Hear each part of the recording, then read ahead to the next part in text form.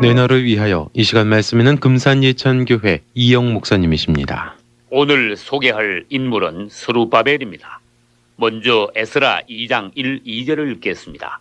옛적에 바벨론 왕 느부갓네살에게 사로잡혀 바벨론으로 갔던 자의 자손 중에서 노임을 받고 예루살렘과 유다 도로 돌아와 각기 본성에 이른 자 곧 스룹바벨과 예수아와 느헤미야 등과 함께 나온 이스라엘 백성의 명수가 이러하니라. 아멘.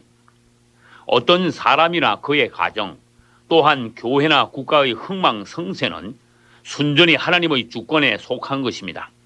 순천자는 흥하고 역천자는 망한다는 말이 있듯이 과연 우리가 하나님의 뜻에 순응할 때는 흥하지만 반대로 하나님을 대적하고 거역할 때는 결국 망하게 됩니다.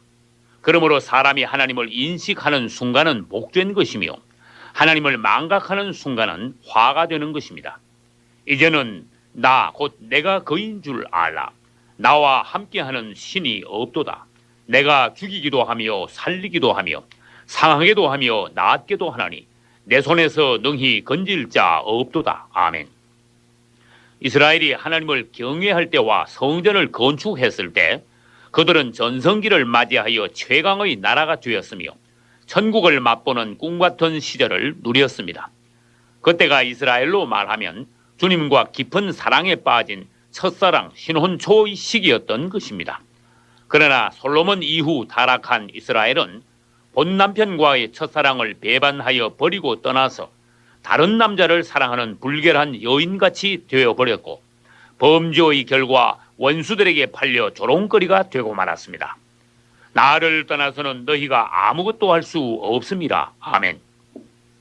이스라엘의 마지막 세 왕인 여호야긴, 시드기야 왕 때 이스라엘은 3차에 걸쳐 바벨론으로 포로되어 가서 하나님을 떠나 우상의 나라에서 종노릇하는 쓰라림이 어떤 것인가를 깊이 맛보았습니다.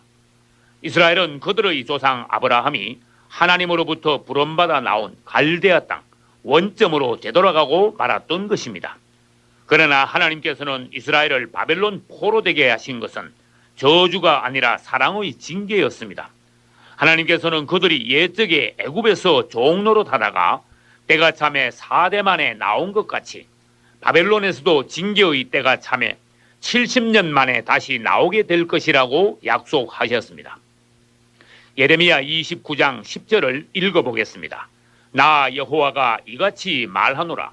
바벨론에서 70년이 차면 내가 너희를 권고하고 나의 선한 말을 너희에게 실행하여 너희를 이곳으로 돌아오게 하리라. 아멘. 하나님의 선하신 뜻은 타락한 이스라엘을 징계만 하시는 것이 아니라 징계를 통하여 이스라엘을 회복시키는 것이었습니다. 그러므로 이스라엘이 바벨론 포로에서 다시 돌아와야 하는 목적은 첫째, 예레미야를 통하여 주신 하나님의 약속이 이루어지기 위해서이며 둘째, 이스라엘이 돌아온 후 그리스도께서 베들레헴에서 나시기 위해서입니다. 만약 이스라엘이 계속 바벨론에 있었다면 주님께서는 베들레헴에서 나실 수 없었을 것입니다. 셋째, 무너진 성전을 다시 건축하기 위해서입니다. 역사상 스룹바벨을 통하여 성전은 재건축되었고 그 후 느헤미야를 통하여 성벽도 재건됨으로써 드디어 하나님의 왕국이 회복되었던 것입니다.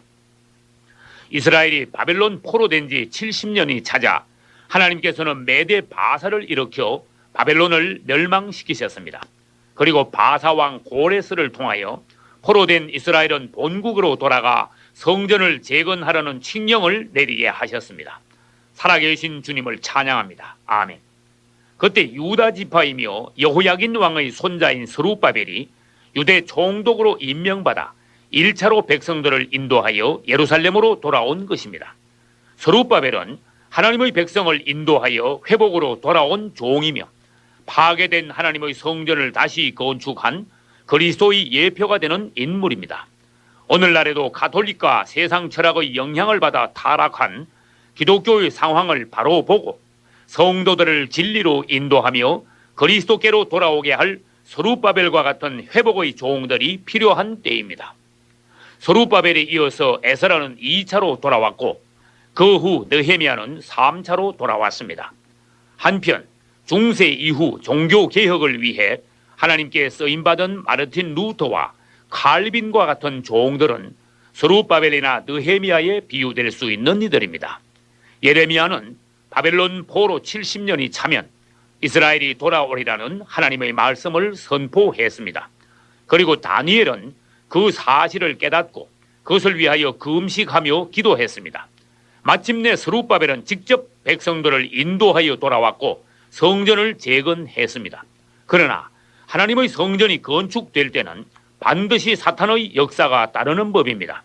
스룹바벨이 성전 건축을 시작하자 주변에 있던 원수들은 즉각 방해하였고 바사왕 아닥사스다에게 고소하여 강제로 건축을 중단시킴으로써 이후 16년간 예루살렘에는 지따만 성전이 서 있었습니다. 이것은 16세기에 시작된 종교개혁이 부진함으로 진리의 회복이 늦어지게 되었음을 뜻하는 것입니다. 계시록 3장 1절 이하의 4대 교회는 종교개혁 이 시기의 교회에 해당합니다. 주님께서는 이 4대 교회를 향하여 내가 살았다 하는 이름은 가졌으나 죽은 자로다 라고 하셨습니다. 당신도 말로만 그리스도인이 아닌 살아있고 거듭난 그리스도의 사람이 되시기를 축원합니다. 보다 못한 하나님께서는 선지자 학개와 스가랴를 보내셔서 성전 건축 중단에 대하여 책망하시고 하나님의 집을 완성하도록 격려하셨습니다. 나 여호와가 이르노라. 스룹바벨아 스스로 굳세게 할지어다. 대제사장 여호수아야 스스로 굳세게 할지어다. 나 여호와의 말이니라. 이 땅 모든 백성아 스스로 굳세게 하여 일할지어다. 내가 너희와 함께하노라. 아멘. 이처럼 하나님께서는 스룹바벨의 영과 대제사장 여호수아의 영과 모든 백성의 영을 분발시킴으로써 그들은 다시 일어나 성전 건축을 시작했고 바사의 다리오 왕 6년에 성전 건축을 완성할 수 있었습니다. 하나님께서 말씀하시는데도 무감각한 사람은 사실상 죽은 사람입니다. 성경을 읽으면서도 전혀 뜨거운 것이 없는 사람은 거듭나지 못한 사람입니다. 스룹바벨에 의하여 이스라엘의 제2차 성전은 완성되었지만 그것은 첫 번째 성전인 솔로몬 성전에 비하면 너무나 초라하여 그것을 아는 사람들은 통곡했다고 합니다. 루터 이후 기독교의 진리가 회복되어 가고 있지만 오늘날의 기독교는 초대 교회의 충만한 때에 비하면 너무나 보잘것없는 모습이므로 오늘도 하나님 앞에서 교회의 회복을 위하여 우는 종이 있어야 합니다. 여기서 하나님의 회복의 특징에 관하여 몇 가지 보기로 하겠습니다. 첫째, 오늘날 하나님의 회복은 순탄하지 않습니다. 그것은 원수들이 계속 시기하며 방해하기 때문입니다. 둘째, 현재까지의 하나님의 회복은 약하면서도 미완성입니다. 그것은 솔로몬 성전보다 스룹바벨 성전이 빈약했던 것으로도 비유될 수 있습니다. 셋째, 회복은 항상 점차적이며 단계적으로 이루어집니다. 이스라엘이 바벨론 포로에서 돌아올 때도 1, 2, 3차에 걸쳐 돌아왔으며 오늘날 진리에 관한 회복의 빛도 점점 구체적이며 차츰 더 밝아져가고 있는 것입니다. 넷째, 하나님의 회복의 역사는 그리스도께서 재림하심으로써 천년 왕국과 새 예루살렘 안에서 온전히 완성될 것입니다. 이후에 내가 돌아와서 다윗의 무너진 장막을 다시 지으며 또 그 퇴락한 것을 다시 지어 일으키리라. 아멘. 불행하게도 스룹바벨 성전은 BC 63년에 로마 장군 폼페이에 의하여 다시 파괴되었고 그 후 예수님 당시의 헤롯 성전도 AD 70년에 로마 장군 티투스에 의해 무너져 버림으로써 이스라엘에는 현재 하나님의 성전도 없고 하나님의 법궤도 행방불명이 되어버렸습니다. 다시 말하면 오늘날의 이스라엘은 그리스도가 없는 이스라엘이라는 것입니다. 그러나 현재 기독교 내에도 그리스도가 없는 교회와 그리스도가 없는 교인들 그리고 그리스도가 없는 설교와 그리스도가 없는 생활이 대부분인 실정입니다.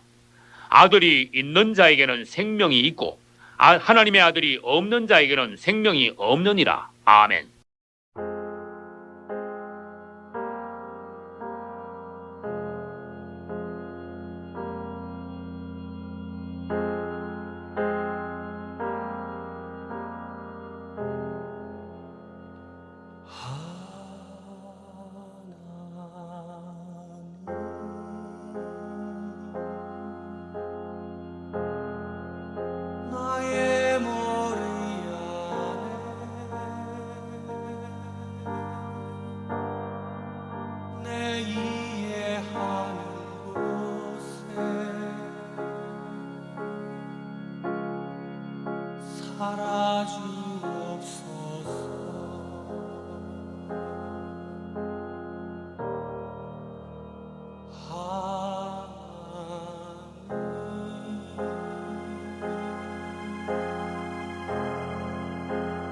나의 눈안에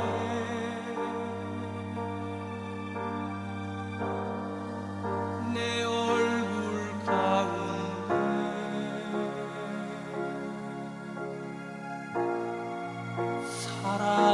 사라지옵소서. 오 하나님, 나의 입안에 내 말 가운데 사라지옵소서. 하나님, 마지막 날 되어 내가 세상과 헤어